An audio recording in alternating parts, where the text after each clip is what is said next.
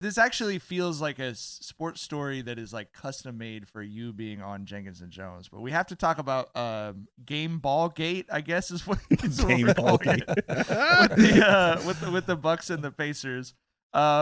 This is I feel like why basketball is the NBA is so addicting. It's like stuff like this just comes out of nowhere, that you have this great budding rivalry with the Bucks and the Pacers. Giannis gets put back in the game, scores 64 points, in a blowout. And then you literally have video leaked of a locker room hallway confrontation where he's yelling, "Give me the fucking ball!" And the Pacers players, 6'8" professional athletes, are yelling at each other, "Don't give him the fucking ball!" Did you see the video? Did you see the angle where the dude is like trying to hang on to the back of Giannis's jersey? Yes. Why? And that motherfucker looked like he was like on a sled. Right? Like his feet were off the ground, dog. Like both of them. Trying to stop a full speed Giannis, bro. Come on, man. What are you doing, bro? They don't pay you enough. You had to try. Yeah, that's for real. That's the thing, is like no matter what the salary is, it's not enough for that. It's not for me. It's not enough for It's interesting because no one really interviewed who scored the point for the Pacers. It was Oscar Tshiebwe. Oscar Tshiebwe. Yeah. No one actually really talked to him. Like, we don't actually know how much that motherfucker wanted the ball.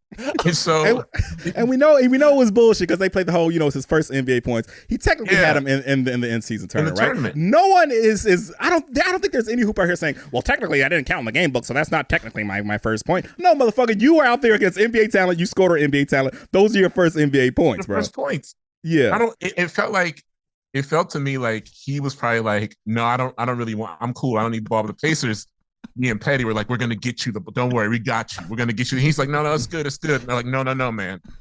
We'll get you the ball. It was so bizarre because I'd never seen Giannis that angry, like visibly, even with that ladder shit last year, whatever, he wasn't that angry. Mm-hmm. And also, the other funny part about that angle where motherfucker was being dragged on his jersey was Thanasis was right behind him on the left. Hey, Thanasis be ready to go, dog. He don't play beyond big bro. Bro, you saw the video of him getting slammed to the ground and Thanasis being held back by like 2 or 3 people. I'm like, that's the only way to love somebody, especially your brother, bro. You know what I'm saying? Your brother, like, he always ready. Your whole family's life, bro. He's not in the league without Giannis. Let's just keep it on it, But I ain't gonna say that. Go ahead. But he's still selling candy. You gonna say he's still gonna be selling watches and ingredients? We Come go. up story of the section. Yeah. Go ahead. But my whole thing is I don't get the people who are actually taking this seriously. You know what I'm saying? I love how ridiculous it is. I love how everyone involved is being ridiculous. Because my whole thing is, bro, I don't care how we get to a rivalry as long as we get there. And it looks like we're going to get there with these two squads. It seems like there's some genuine animosity being built up. It happened in the in-season tournament with Halliburton talking his shit doing the Dame Time celebration after he zipped them boys up. Then we have this moment where they're being petty as fuck. Of course, you give the guy who just had 64 points on his own floor the game ball. Everybody fucking knows that, right? You know what I'm saying? But then there being some dickheads on purpose. Then you got Rick Carlisle, going in the post game. Talking about, still sticking to the story about how they got it for their rook and all. And like I said, I just love how everyone is being ridiculous. Like I said, I don't care how we get to a rivalry as long as we get there. And I hope we get a matchup between these two in the playoffs. Carlisle said like an assistant coach got his rib broken or something. No, it was the GM. It's bruised, right? Yeah. It felt like a little bit like that shit where after the Will Smith slap, that white dude was like, he could have killed him. Yeah. When Carlisle was like, my coach got his rib broken, I was like, come on, brother. I don't know, but yeah. But either way, he should have sat his old ass out at the frame. Once you see 7-foot Giannis, on a mission, it's time to sit your old ass down, dog. Like, for real. Why are you hopping out there on the front lines in front of that? He laid it on so thick, he was like, he got his rib bruised at the very least. So that happened. Fucking Rick Carlisle, man. If they were to play, how do you think that series would go? I think it's probably 5 or 6, bro.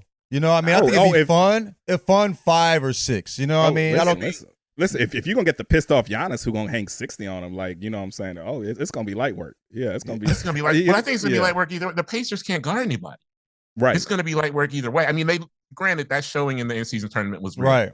But they can't defend. I mean, these motherfuckers are giving up like 140 points every other night. They can't defend on the 3-point line. They can't defend on the inside. Did you see the Giannis shot chart? It's just Giannis one big blob at the cup, dog. It's one circle. every shot was touching the other. You know what I mean? Yeah. No, I the mean, I shot. don't Dunk. I think the thing with the Pacers is they're kind of like, it's funny because Tyrese Halliburton got traded away from the Kings, and now he's playing on a team that's kind of like the Kings were last year, where it's just they can't defend, and they're fun. I love watching them. I'm literally going to Minnesota tomorrow to watch the Wolves and Pacers game in Minneapolis. So like I'm excited to see them, but they can't defend anybody. And when you get to the playoffs, like you got to be able to at least not give up 130 points. And the Pacers haven't given up less than 110 points since like Halloween. I just don't see it. They're going to be so fun to watch in the regular season for sure. I love Tyrese Halliburton. They just don't have they have no interest in even trying to defend. The Bucks are better. Will get better at it, but that's their issue too. Their defense is not the same as it's been before. So I mean, it's going to be a who can outscore the other type game. You know what I mean? And if Giannis is dropping 64, we know who that'll be. But if he's not, it might be interesting. But I think, like you said, it'll probably go 5 at most. You know what I mean? I love how the Pacers went and got MMAer James Johnson. Hours after this kerfluffle, they went back to the crib and got Big Bro. Like, hey, like shit's getting real, dog. Like, we need you out here. Yeah, that shit was hilarious right there, bro. I mean, the shot chart, Giannis's shot chart looks like every dad playing with their kid who's right on the cusp of puberty. Like, it's like, oh, it's coming. Like, I just got to back him down for 45 minutes straight. Like, and so when that happens, you have to go get someone that's like, I'm going to punch him and see if he punches me back and we both get kicked out, right? Like, that's that has to be the strategy. I'm glad we all morally agree that Giannis deserves the game ball. That was the dumbest part of the discourse to me. It was like, Oscar Shibwe.